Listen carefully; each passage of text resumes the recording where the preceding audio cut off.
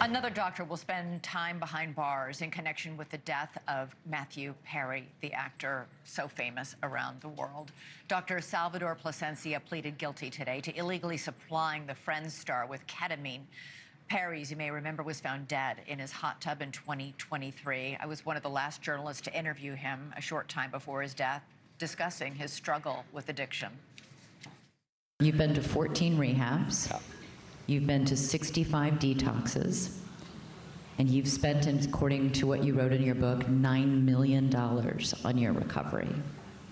But 14 treatment centers is a lot, and sometimes they worked for 2 years, and sometimes they worked for 6 months.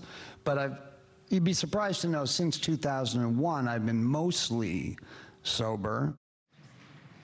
Former federal prosecutor Neama Rahmani joins us now. Neama, this Dr. Plasencia was in text messages in court. We saw this earlier as evidence, calling Matthew Perry, quote, a moron because he was willing to pay so much to get his hands on ketamine.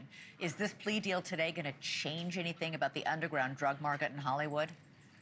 I don't think so, Elizabeth, and I live and work in Los Angeles, and unfortunately, ketamine is one of the most abused drugs out there. Addicts typically cook it from its pure liquid form into a white powdery substance that they snort like cocaine. But in Matthew Perry's case, he was given liquid ketamine to administer in his home, which is well outside what's appropriate medically. To the extent that ketamine is appropriate, it's supposed to be given in a doctor's office or a hospital setting with an IV, not given to a patient to take home or to have his assistant give to him. And then Matthew Perry, of course, died in his hot tub. Yeah, that was the thing about this case that really exposed that how the rich and famous in LA and Hollywood have access to all these doctors who are willing to prescribe illegally copious amounts of ketamine and other drugs.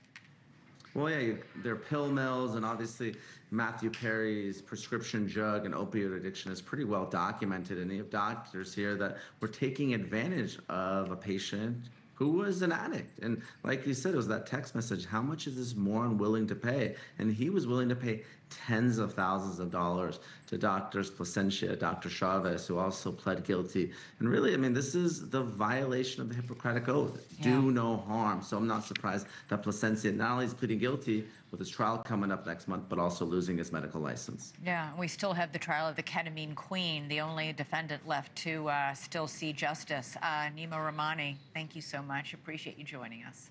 Thank you for watching. Subscribe below and download our NewsNation app right now on your phone, and you will get fact-based, unbiased news for all Americans.